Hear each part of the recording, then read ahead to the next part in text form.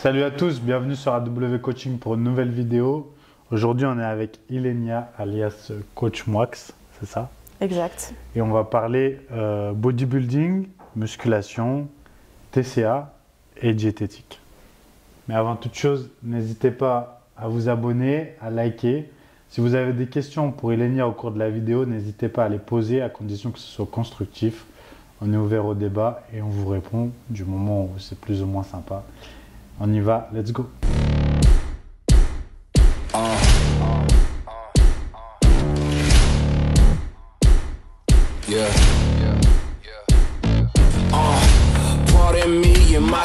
Ilenia, tu as commencé la musculation il y a combien de temps exactement? J'ai commencé en octobre 2015. Ok, c'est venu comment? J'avais envie, c'était pas encore à la mode sur les réseaux sociaux. Ouais. Et mes parents ne voulaient pas que je fasse de la musculation. Ils avaient peur? Ils avaient peur que je devienne trop musclée. D'accord. Ou que je me blesse. C'était pas démocratisé comme ce que c'était maintenant. Donc ils avaient des craintes. Et en même temps, j'avais 15 ans à l'époque, quand j'avais déjà mes premières envies de faire de la musculation. Et donc, mes parents qui voulaient m'apprendre le goût de l'effort et savoir que tout se mérite, ma mère m'a dit « Ok, tu veux faire de la musculation, tu vas payer ton premier abonnement de fitness, tes vacances, tu vas les passer à travailler. » Donc, été 2015, j'ai passé mon été à travailler sur des champs de tabac, payer 6 balles de l'heure pour payer mon premier abonnement de fitness. Okay. Voilà. 6 balles de l'heure en Suisse, c'est pas beaucoup en plus. C'était exigeant. Après, du coup, déjà, il est venu de quoi cette envie de faire de la musculation? Tu voulais vraiment déjà être un physique développé? T'avais un complexe? De quoi c'est venu? J'avais déjà envie de m'inscrire en salle. J'avais cet appel de la musculation. Et je sentais que je devais y aller. Je ne sais pas pourquoi, vraiment, j'avais cet appel. Donc, j'ai tout mis en œuvre pour y aller. Tu as eu tout de suite envie de faire de la compétition ou c'est venu bien plus tard? Non, pas du tout. C'est en faisant des rencontres petit à petit. J'ai notamment une amie assez proche, Hélène, que j'ai suivie, avec qui j'étais très proche lors de sa préparation à l'époque. Et je me suis dit, pourquoi pas. J'ai eu par la suite mon diplôme de coach et je me suis dit, je vais me lancer dans une compétition. Je fais une première vraie sèche et on verra ce que ça donne. Ok. Et ça a donné quoi? Raconte. Comment tu as vécu la préparation déjà? Alors franchement, c'était très éprouvant. J'avais déjà fait une première pré-sèche de plage. En tout, j'ai perdu 17 kilos. D'accord. Et à la sèche de compétition, j'avais perdu 10 kilos et c'était très éprouvant. J'ai perdu mes règles dès le début. Ouais. Dès le début, j'étais à 35 degrés. J'étais vraiment dans le mal. Vraiment dans le mal. Je l'ai fait naturellement et je suis actuellement toujours naturelle. Mais c'était très éprouvant. Psychologiquement, j'étais sur les nerfs. J'avais faim. Est-ce que selon toi, c'est parce que tu as fait une erreur, tu as descendu trop vite les calories? Non, j'ai descendu très doucement. Mais par contre, j'avais un métabolisme assez abîmé parce que je me sous-alimentais au début. J'ai été végane, j'avais pas mal de carences et pas mal de soucis de santé. J'avais pas beaucoup de masse musculaire. Et les premières années de musculation, souvent, on n'a pas un métabolisme très résilient à l'épreuve. Et moi, j'ai un métabolisme très adaptatif. Autant je peux monter très haut dans les calories, mais il faut quand même que je descende un peu bas dans les calories pour avoir des vraies adaptations physiques qui se font. Ok. Donc tu as dû te mettre vraiment dans le mal pour cette première compétition. La sèche, elle a duré combien de temps? Sèche de compétition, 7 mois. La sèche en tout des 17 kilos, 1 an. D'accord. Et ça a donné quoi? Résultat final, tu étais satisfaite de ta condition ou pas? Non. Sur scène, je me trouvais grasse. Je me rappelle être en backstage et avoir cette pensée et ne pas, et me dire, purée, j'ose monter avec cette shape en étant grasse. Alors que je faisais 12 kilos de moins que maintenant, j'étais pas grasse. Mais on se rend compte du coup à quel point la compétition peut faire qu'on ne se rend absolument pas compte de la condition physique qu'on a. Donc, et maintenant avec 12 kilos de plus, je me sens très bien. Des fois, c'est le paroxysme de la compétition. On ne se sent pas bien avec un physique de scène où on a travaillé des mois dessus de manière acharnée. Des fois, avec de la discipline, mais sur le long terme, du lâcher prise, on obtient un meilleur résultat psychologique. Et en termes de résultats sur scène, ça a donné quoi en termes de classement du coup? J'étais deuxième et j'ai pu me qualifier au championnat suisse. Donc, j'étais en bikini junior. Et après, tu as enchaîné donc sur les... J'ai pas fait d'autres compétitions. J'ai fait d'autres sèches. Mais en fait, j'étais tellement exigeante que je ne suis pas montée sur scène parce que je n'avais pas le physique que je voulais montrer selon mes exigences. Et là, actuellement, est-ce que tu as l'envie de refaire de la compétition? Oui, parce que la compétition, ça me donne vraiment le feu sacré. J'adore ces sensations de la prépa. J'adore la sensation de la scène, c'est vraiment magique. Par contre, je pense pas en refaire de suite. D'accord. Pour quelle raison du coup? Parce que ça fait des années que j'ai toujours cherché à avoir un équilibre avec mon corps et mon alimentation. Et je l'ai enfin obtenu. Ok, donc tu Et sais que pour ça... moi, le prix d'avoir cet équilibre est supérieur à la sensation de la préparation physique. Tu sais que ça va t'amener vers une dérive et sûrement C'est vers ça, un parce qu'il y a extrême. la phase de la préparation qui est quand même très extrême.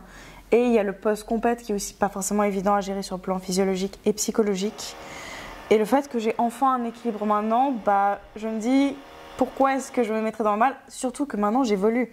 J'ai une bonne discipline, je me sens bien dans ce que je fais, je me sens alignée, j'aime ce que je fais. Et je ne me verrais pas faire les choses de manière plus extrême ou alors plus laxiste. Alors, est-ce que du coup, tu pourrais me citer la différence qui fait que maintenant tu es bien, tu as un bon équilibre sur la diète et qu'avant tu ne l'avais pas? Qu'est-ce qui a changé radicalement dans ta façon de procéder actuellement dans la diète et qui peut servir à tous ceux qui regardent pour dire, limite un titre, on pourra mettre les erreurs à ne pas faire en diète? En fait, ça prend des mois, voire années de trouver l'alimentation qui nous correspond. Et ça, c'est pas juste pour la compétition en tant que telle, mais déjà juste trouver ce qu'on digère ou pas, ce qu'on aime manger, ce à quoi on répond bien. Typiquement, les produits laitiers, il y a des gens pour qui c'est bête, c'est pas scientifique, mais de ce que j'observe dans mes coachings, n'y répondent pas forcément bien, à apport calorique égal. Plus ou moins de sel, plus ou moins de glucides, plus ou moins de lipides. La répartition en calories ne fait absolument pas tout. Et je pense que c'est bien de trouver l'alimentation qui correspond à nos envies d'évoluer, mais aussi à notre quotidien, parce qu'il y a l'environnement. Si on a tout le temps des invitations dans tous les sens, ça va être difficile d'avoir une diète stricte et de la tenir au gramme près au quotidien. Donc, t'es beaucoup plus souple qu'auparavant sur la diète du coup? Beaucoup plus dans l'adaptabilité? Dans ma par rapport à ton mentalité, oui, quotidien? mais dans ma mentalité par rapport à moi-même, il y a beaucoup de lâcher prise. Ok. J'accorde très peu d'attachement aux résultats en tant que tel. Et je mets peu d'énergie dans le fait d'être disciplinée parce que c'est devenu une habitude. Ok. Mais en soi, vu d'extérieur, ça peut sembler peut-être extrême parce que je dois me faire 1 à 2, voire max 3 repas libres par mois en off-season alors que j'ai absolument aucune compétition.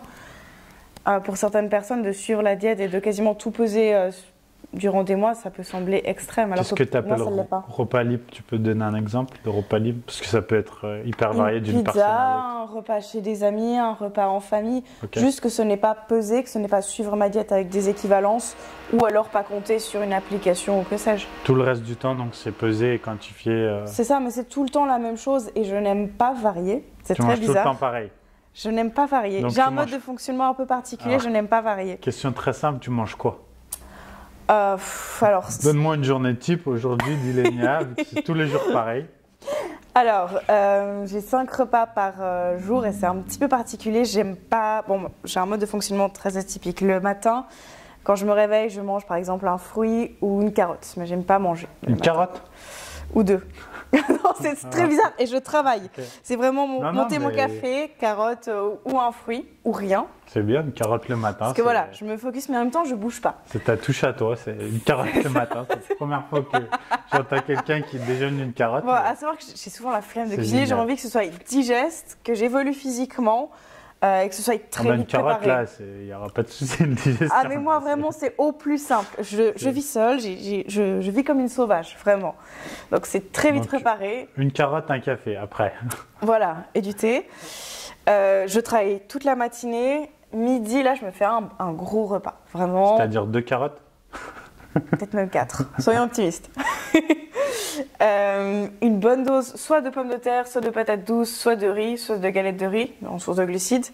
En protéines, c'est soit des œufs, soit un poisson gras, un poisson blanc, des fruits de mer, parfois une viande, donc une source de protéines. Des fois, je rajoute un tout petit filet d'huile d'olive ou pas forcément s'il y a déjà des œufs ou poisson gras, c'est une source de... Soyons fous. Voilà. Et donc, je m'entraîne. Pas de légumes? Oui, des fois un petit peu. Mais moi, je mange beaucoup en termes de calories. J'aime bien que ce soit digeste. Et j'aime pas trop chargé en termes de fibres. Okay. C'est ça. En snack, j'ai 200 g de blanc d'œuf et des fois des champignons ou des choux ou autres légumes. Donc c'est juste une source de protéines parce que j'aime pas avoir des protéines en poudre, j'aime manger. Que des blancs d'œufs? Ou alors Tu les manges comme ça? Ouais, Tu les non, cuis avec un peu durs, de sel. Ok. Soyons fous. Tu Et me rappelleras de pas que tu ne m'invites pas à manger chez toi. ouais, c'est noté. Je t'inviterai plutôt à manger chez moi. Ce sera Non, mieux. mais j'aime cuisiner pour les gens, mais Ouais, au mais je quotidien, pour cuisinerai, moi, je je cuisinerai. cuisine pas. Si je t'invite, je cuisine. Vraiment, vraiment, j'insiste, je cuisine. Ce manque de respect. Et puis, dîner, c'est la même structure que le midi. Ok. Après, j'ai encore le pré-dodo où j'ai de nouveau la même structure. Je mange très peu en C'est-à-dire journée. une structure. Une carotte, blanc d'œuf, c'est Non, quoi, non, non, avant une de te source de coucher? protéines, un légume et une bonne source de glucides. Et puis, j'ai encore la même chose en pré-dodo. Et puis le soir, je travaille. Moi, je travaille matin et soir souvent. Et l'après-midi, je m'entraîne et puis je sors. Et puis, j'ai encore un repas, c'est un peu particulier, au milieu de la nuit. Moi, Au milieu de la nuit? Ouais, donc j'ai 4 repas en journée et j'ai un repas au milieu de la nuit. Et ça, c'est une habitude que j'ai depuis, j'avais commencé en sèche parce que j'avais faim. Donc je préfère avoir faim en journée, mais pas la nuit, pour passer minuit. Et depuis, j'ai gardé cette habitude, c'est très particulier et j'arrive pas Tu à manges ne quoi plus le la faire. nuit? Une carotte? Non, je me fais 2 œufs et 300 grammes de pommes de terre. Ok. Au milieu de la Tu nuit. te réveilles, Mais t'es je me déjà réveille prêt. avec la faim et je vais cuisiner. Ah, tu cuisines? Oui, c'est très Après atypique. 2 œufs et 3. Les pommes de Ça terre, va, c'est vite fait, tu les franchement. manges comment, les pommes de terre? En fait, je me fais des gros Tupperware, je me fais des grosses quantités en vapeur, un étage pommes de terre, patates douces et un étage légumes. Puis comme ça, j'ai juste à me servir du frigo. Ok. Vraiment, je vais au plus simple. Donc, grande cuisinière. Oui, c'est ça. Ça t'amène à combien de calories, ça, à peu près par jour? À peu près en maintenance à 2005 quand je suis sédentaire. Après, j'ai une répartition en macro qui m'est vraiment propre. Quand j'étais végane, je sais que je tournais à apport énergétique égal beaucoup mieux aux lipides et beaucoup moins aux glucides. Et mon métabolisme a changé, ma capacité à gérer le glucose aussi a changé et s'est améliorée. Actuellement, je mange beaucoup de glucides, assez peu en lipides et pas mal de sel. Mais je ne recommanderais pas ça à tout le monde. Je montre ce que je fais, mais je dis absolument pas de faire la même chose. Ok, tu devrais faire des tutos de cuisine. Ce serait un peu douteux quand même, hein. Vu mon niveau. Ça marcherait bien, je pense. C'est honteux. Ok, donc est-ce que c'est cette alimentation-là, du coup, tu varies très peu. Est-ce que tu penses qu'en variant plus et en t'alimentant différemment, tu auras plus de résultats? Est-ce que c'est un frein pour toi, cette façon de faire, ou dans ta progression, tu as encore des progrès à faire, ou vraiment c'est la manière optimale pour toi de fonctionner? Alors, en tant qu'athlète, je pense que je pourrais m'améliorer clairement, ma discipline, l'heure des repas. Il y aurait plein de choses à améliorer aussi en termes de vitamines, minéraux. Je fais très attention à ça. Tu prends des compléments à côté? Oui, j'en Ok. prends. Je prends magnésium, collagène, enfin tout sur Yann Nutrition, NuPower, je pense que tu connais. Oui, De temps en temps, un peu. glycine. Un peu beaucoup. Donc voilà, même basique que la plupart des gens, je pense. Créatine. Et puis basta, quoi. Ok. Au niveau de l'entraînement, comment est-ce que ça s'agence du coup pour toi? Comme ça, on fait le tour Ouais. vraiment de ta Alors, pratique. j'ai 3 entraînements haut du corps. Ok. 2 focus bras-épaules, 1 focus plutôt épaule-dos et à chaque fois un petit peu d'abdos. Après pour le dos c'est vraiment juste pour le ressenti parce que concrètement je suis déjà suffisamment développée par rapport à ce que j'apprécie pour moi. Mes bras ils mettent toujours pas mal de temps à se remplir donc voilà je suis patiente. Et jambes j'ai 2 séances par semaine. Ok. Donc voilà et j'ai rajouté un autre sport et je suis passée à 7 séances par semaine là. Ok. Donc aucun jour de repos actuellement? Ou si tu as quand même. Si, mais au ressenti. Donc ça m'arrive d'avoir des fois sur un jour 2 entraînements. Et quand je sens que j'en ai besoin, à savoir que moi je suis quelqu'un d'assez sensible, l'aspect charge émotionnelle joue sur quand est-ce que j'ai besoin de prendre un jour de repos ou non. Et je m'écoute. J'ai mes 5-7 entraînements à faire la semaine. Je les mets sur mon agenda. Si j'ai une fatigue émotionnelle, j'en décale un et j'en mettrai 2. Je suis assez au ressenti et je m'adapte facilement. Par rapport à l'alimentation, je sais que ce serait plus optimal d'être encore plus discipliné sur l'heure de mes repas, que ce soit plus régulier sur quel aliment, à quelle heure. Parce qu'à savoir que je suis vraiment dans l'intuition, je sens que j'ai envie de manger ça, j'ai envie de manger tel fruit, je vais aller acheter tel fruit, je vais aller acheter telle chose. J'ai vraiment beaucoup de ressenti par rapport à ce que j'ai envie, mais ce n'est pas des envies malsaines, c'est par exemple je sens que j'ai besoin de fruits de mer, et je vais l'écouter. Et je sais que d'un point de vue bodybuilding, je me suis vue plus évoluer à chaque fois que j'étais vraiment très disciplinée sur les mêmes aliments, aux mêmes heures, vraiment comme un robot. Sauf que maintenant, avec l'objectif que j'ai qui est d'avoir un équilibre avec mon physique, mais surtout avec mes envies et l'aspect émotionnel. Plus de stabilité. C'est ça, je m'écoute énormément. Ou si j'ai envie de me faire un repas en extérieur, bah, je m'écoute. Et je sais que d'un point de vue évolution physique athlète, c'est pas forcément ce qu'il y a de plus optimal pour mon évolution. Mais mon équilibre psychologique, je le mets en priorité. Ok, ça marche. Super. Merci beaucoup pour ton témoignage. Avec plaisir. On se retrouve prochainement pour une nouvelle vidéo. Merci à tous. N'hésitez pas à liker, à commenter si vous avez des questions encore une fois pour Ilenia. Vous pouvez la retrouver sur Instagram. Ton Instagram, c'est Coach Coach Wax. Max.